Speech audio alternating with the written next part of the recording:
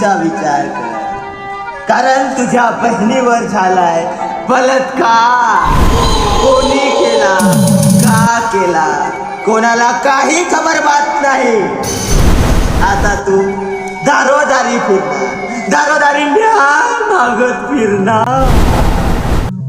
आधीच सांगितलं होतं, जो जो माझ्या वाटेला जाणार त्याला पश्चातापच भोगावं लागणार. काय कर, मी आहे अनाथांचा नागराज, ज्याच्या करणीनं थरथरतो तो ईश्वर. तो आहे मी नागराज, नागेश्वर, नागेश्वर.